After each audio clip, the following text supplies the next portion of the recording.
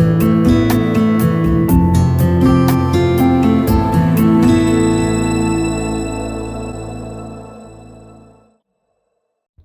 guys, welcome back to our channel United Source.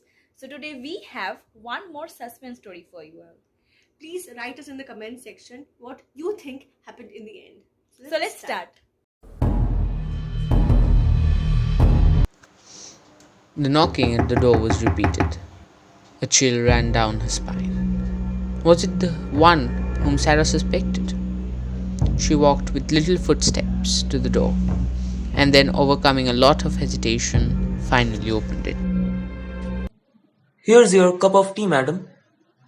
A waiter stood with a cup of tea, with his large and red eyes, looking closely at Sarah. Sarah heaved a sigh of relief. Please don't hesitate to inform us in case of any emergency, Said the creepy man. Sure. Sarah gave a satisfied expression. But how long could she be satisfied?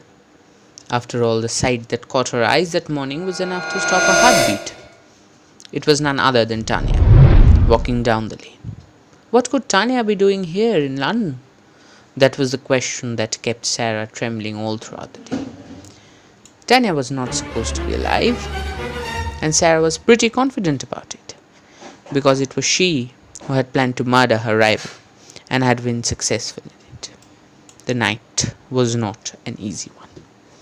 The air seemed to smell mysterious. Sarah's mind was busy in calculations. How meticulously she had hatched the plan. How could it fail? Now that Tanya had managed to survive, Sarah needed to think of her own way to survive. Surely enough, Tanya had followed her to London, if only for the sake of revenge. She decided finally that she would flee.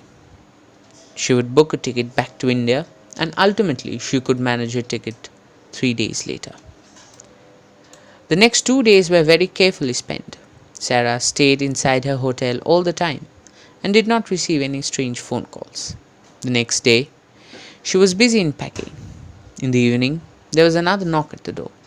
Horrified, the 26-year-old found the creepy waiter standing with the bill. After clearing out the payments, Sarah closed the door and came back to complete her packing. The clock struck 9. Hi Sarah, how are you?